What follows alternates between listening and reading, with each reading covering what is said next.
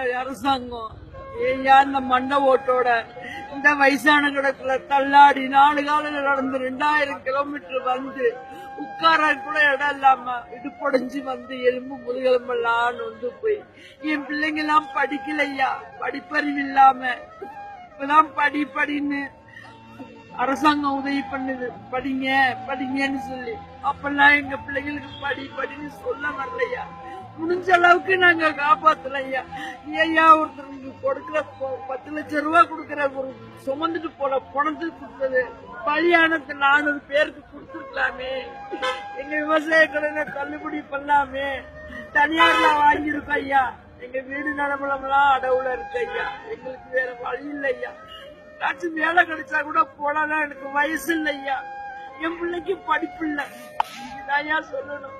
ஸ்டூடெண்ட்டுங்க 4 நாளா எங்களை பணியிலையும் அவங்களும் பணியிலையும் பார்க்காம பொதுவெளியும் பார்க்காம ஸ்டூடெண்ட்ஸ் நிபகிச்சுக்காரவங்க எல்லாம் வந்து எங்களுக்கு ஹெல்ப் பண்ணி எங்களுக்கு ஆதரவு தெரிவிச்சாங்க. ஆனா அவங்க இல்லைன்னா எல்லாரும் பெட்டில ஹாஸ்பிட்டல்ல கண்டிருப்போம். எங்களை பார்க்க ஆள் இல்லை.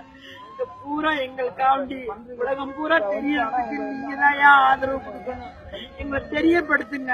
நாங்க விளம்பரத்துக்காண்டி வரல. நாங்க வீட்டுல படுற கஷ்டம் இப்ப ரோட்ல படுறோம். ரோட்ல பட்டாலும் வீட்டுல செத்தாலும் எங்களுக்கு யாருன்னு தெரியாம போயிரியா. கடனுக்காக கேட்டா புருஷன் முண்டக்கு சண்டை, மாமியா மாமல சண்டைன்னு சொல்லுவாங்க ஐயா. ஆனா இங்க உயிர் கூட போக்கலான்னு நாங்க நினைச்சோம்.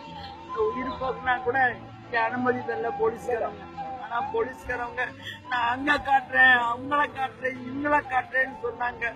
இந்த பன்னீர்செல்வம் ஐயா வந்தாராம் முத நாள் வந்து இங்க எழுநன்னு வந்து கூட பாக்கலாம். ஆளுங்கட்சிக்காரங்களே இந்த மாதிரி இருந்தா எதிர்கட்சிக்காரவங்க போராடினாலும் வாய மூடு, போலீஸ்காரங்க மட்டும் வெளிநடத்திடுவேன்னு சொல்றாங்க.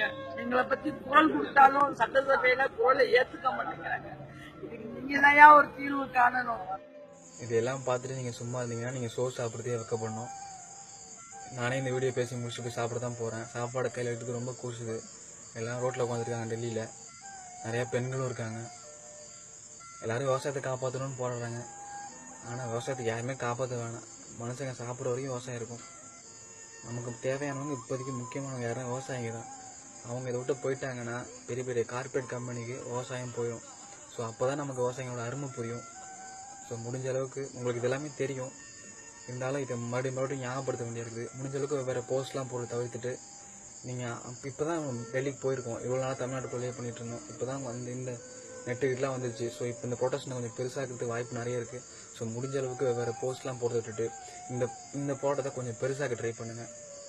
விவசாயிங்க இல்லை நமக்கு பின்னாடி அப்படின்னா நம்ம தோற்றுருவோம், அடிமையாயிருவோம். ஸோ தயவு செஞ்சு விவசாயிகளை காப்பாற்றுங்க. விவசாயத்தை காப்பாற்ற வேணால் விவசாயிகளை காப்பாற்றுங்க. அவங்களோட கோரிக்கைகளாம் நிறைவேற்றத்துக்கு நிறைய பேர் வச்சுருக்காங்க பதிலாம். ஸோ அதெல்லாம் வெளில வரணும் அப்படின்னா நீங்கள் இந்த கொஞ்சம் பெருசாகணும். ஸோ அதுக்காக அந்த போஸ்ட்டு நீங்கள் பண்ணுங்கன்னு நம்புகிறோம். நன்றி.